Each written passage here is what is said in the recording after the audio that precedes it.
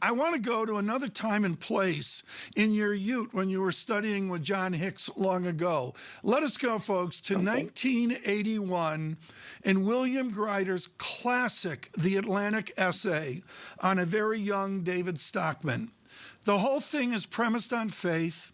The inflation premium melts away like the morning mist, a great battle over the conventional theories of economic performance. David Stockman in the middle of Reaganomics. Michael Spence, the tumult of the last 48 hours seems like a Reaganomics redux. Is it? It looks like it, Tom, but I actually don't think it is. So both Ronald Reagan and Margaret Thatcher were dealing with a situation in which you had embedded inflation, but also, kind of stagflation pattern, low growth. And they were basically trying to remove the constraints and obstacles to higher rates of growth. That meant cutting back government and cutting back, unfortunate and dysfunctional regulation. I think this is a completely different situation. We've lived in the liberated economics world for a long time, and we're actually going a different direction. So policies are always context specific, but I don't think this is analogous to that situation. So then what situation is this? What is the policy prescription for the United Kingdom, or quite frankly, China or any others? What is the new Spence prescription? Well, it starts with recognizing that, for a whole variety of reasons, we have quite suddenly shifted into a supply-constrained world.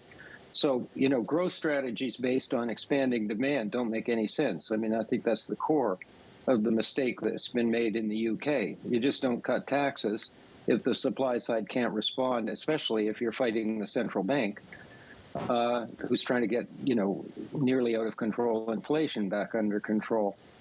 And then at that, I think you have to face the fact that in the short run, we don't have any choice. The supply side agenda that we really need, reversing the productivity trends isn't going to happen overnight. So the central banks, who are a little late to the game, but in an awkward position, just have to, deal with the inflation thing by trimming back the demand side as best they can and as delicately as they can.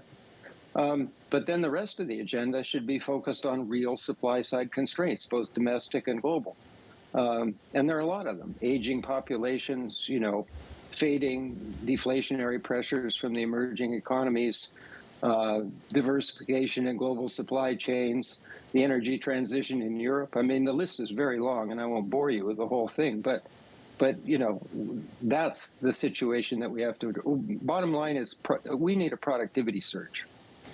Without that, or to get there, there is also an issue with how do you fiscally arrange a situation where deficits are not easy to finance anymore. How concerned are you about the inability of a lot of nations to finance some of the developments required to increase productivity, required to increase growth in the face of inflation that is persistent? I'm very worried. I mean, one of the other sort of constraints that you talked about before, Lisa, was the rising levels of sovereign debt.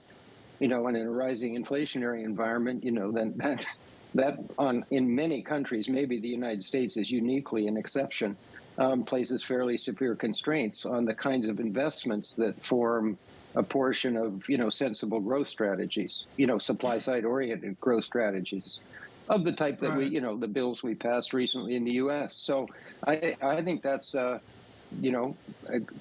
essentially a reason why we may not be able to dig our way out of this hole all that fast. Well, to your recent writings on investment, sir, and I'm going to assume that Chad Jones, Berkeley to Stanford, was a Michael Spence disciple. He's got the definitive book on post-solo productivity, and that's all great.